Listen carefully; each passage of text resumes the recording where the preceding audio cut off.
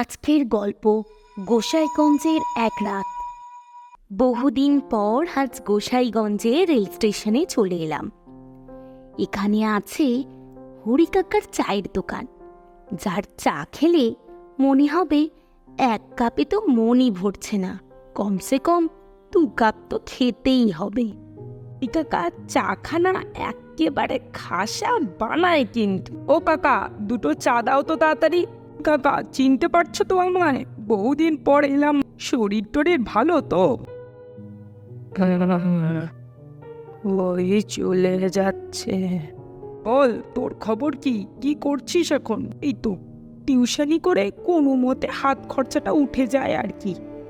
আর ওই সরকারি চাকরির প্রস্তুতি নিচ্ছি। ভাগ্যের চাকা ঘুরবে ভগবানই জান। ছাড়িস না বন্ধু, ঠিক হয়ে যাবে, তুই চিন্তা করিস না। আড্ডা বেশ ভালোই জমে উঠেছে। এমন সময় হঠাৎ এক বাজ পড়ার শব্দ।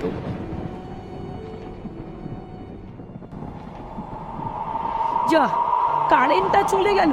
এমনটি আর নতুন কি? গোসাইগঞ্জে একটু ঝড় বৃষ্টিতে কারেন্ট না থাকাটা স্বাভাবিক ব্যাপার। বাইরে প্রবল বেগে বাজ পড়ার শব্দ, তার সাথে নামলো মুষলধারে বৃষ্টি। বাবু, আপনারা ভিজে যাবেন, দোকানের ভিতরে চলে আসুন। বাইরে প্রবল জোরে বৃষ্টি পড়ছে। 2 বন্ধু তড়িঘড়ি চায়ের দোকানের বাইরের বেঞ্চ ছেড়ে দোকানের ভেতরে ঢুকে বসলো। কোন আবহাওয়া! চুইয়ে একটা ভূতের গল্প বলে কেমন হয়? মন্দ করে না। তা কয়েকদিন আগে তুই কি যেন বলছিলি ফোনে? তোদের ওখানে নাকি কি সব ভৌতিক ব্যাপার স্যাপার কি সব হয়েছে? হ্যাঁ হ্যাঁ, ঠিক বলেছিস। দাঁড়া, গল্পটা শুরু করব তার আগে 2টো চা অর্ডার দিয়ে নি। কাকা, ও কাকা, কোথায় গেলে? কাকা, ও কাকা, কোথায় গেলে গো? এইখানেই তো ছিল।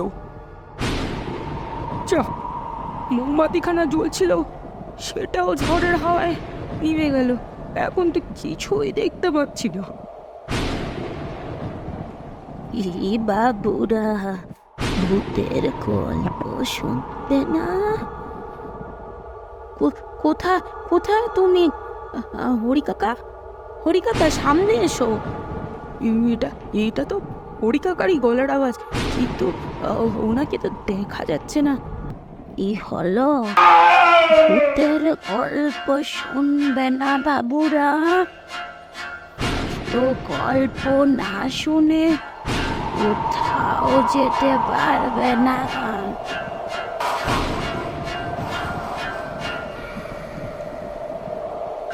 এমন বিকট এক গলার আওয়াজ শুনে তারা দুজনেই খুবই ভয় পেয়ে গেল। তারা চেষ্টা করলো তাড়াতাড়ি বেঞ্চ ছেড়ে উঠে পালানোর। কি কি হলো? উঠতে পারছি না তো, মনে হচ্ছে পা দুটো কেউ যেন ধরে রেখেছে। কি কি বলছিস? উহ, উহ, আমিও তো উঠতে পারছি না, এখন কি হবে?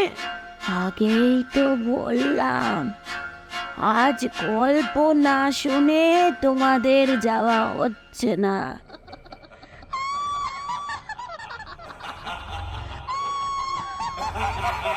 অনেক চেষ্টার পর কোনো মতে দোকান থেকে বেরিয়ে প্রাণপণে ছুটতে তারা এক কালী মন্দিরের সামনে এসে হাজির হলো। আজকে রাতটা এখানেই কাটিয়ে নি মায়ের কাছে। হ্যাঁ, ওটাই ভালো হবে। আর রাতে কোথাও যাওয়াটা ঠিক হবে না। চল, এখানেই রাতটা কোনো মতে কাটিয়ে নিলে কালই রওনা দেব।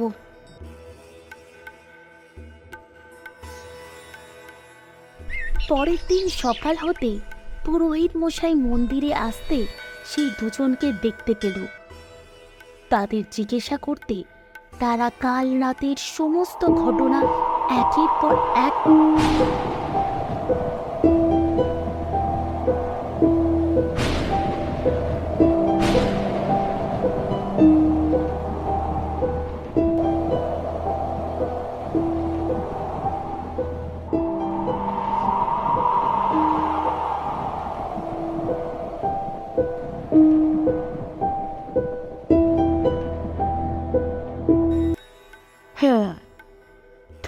যে প্রাণে বেঁচে ফিরেছ এই ঢের। কত বছর দুর্যোগে এক ঝড় বৃষ্টির রাতে আর দোকানের ওপর গাছের ডাল পড়ে হরি আর তার মেয়ে দুজনেই মারা যায়। তারপর থেকে এই 1 বছর হলো তার দোকান বন্ধ। যাক, সেসব কথা ছাড়ো, এখন সকাল হয়ে গেছে, আর কোনো ভয়ের কারণ নেই। এখন তোমরা মায়ের কাছে এসেছো পুজো দিয়ে প্রসাদ নিয়ে ভালোভাবে বাড়ি ফিরে যাও। পুরোহিতের কথা মতো তারা দুজন মায়ের কাছে পুজো অর্পণ করে তারপরে বাড়ি ফেরার ট্রেনে উঠে পড়ল। এমন ভৌতিক ঘটনার পরে তারা দুজন আর কোনোদিন গোসাইগঞ্জে পা রাখেনি। কি হলো? ভূতের গল্প শুনবে না বাবুরা? আজ তো গল্প না শুনে কোথাও যেতে পারবে না। আজকের গল্প থেকে তোমাদের জন্য আছে একটা প্রশ্ন। প্রথম 10 জন সঠিক উত্তরদাতাদের নাম ঘোষণা করা হবে পরবর্তী গল্পে। আজকের প্রশ্ন, 2 বন্ধু প্রাণ বাঁচানোর জন্য কোথায় আশ্রয় নিয়েছিল?